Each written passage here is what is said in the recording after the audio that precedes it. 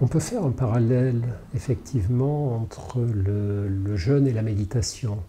Le jeûne comme la méditation sont deux démarches qui consistent à s'alléger, à répondre à des difficultés par du moins plutôt que par du plus. Dans la méditation, on incite les personnes à cesser d'être dans les distractions, les actions, cesser d'être dans leur remplissage de choses à faire, pour justement se poser et se rendre présent simplement à ce qui est là, sans anticiper, sans ressasser, sans se distraire, sans partir ailleurs. Et c'est vraiment très proche de l'esprit du jeûne, qui ne consiste pas à se faire du mal, à se priver dans la douleur, dans la souffrance, mais à se recentrer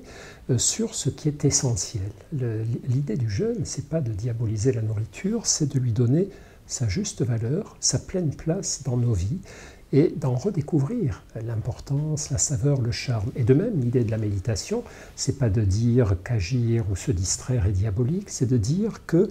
par moment, ne rien faire est aussi quelque chose de vital, de merveilleux, et qui va nous permettre ensuite de revenir vers nos activités avec beaucoup plus d'intelligence et de discernement, tout comme le jeûne nous permet de revenir vers la nourriture avec beaucoup plus d'intelligence et de discernement.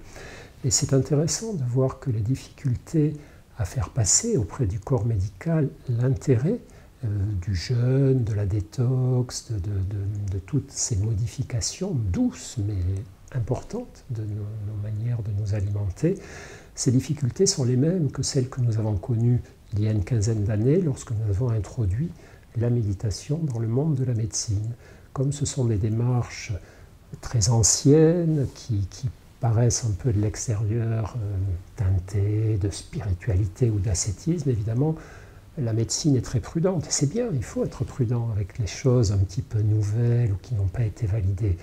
Mais il ne faut pas non plus être trop réfractaire aux expérimentations, aux données scientifiques également. Donc, je crois que le jeûne va peu à peu prendre sa place dans l'arsenal de nos façons de soigner, de nos manières de soigner, comme la méditation l'a fait il y a quelques années. Ce sont deux disciplines finalement qui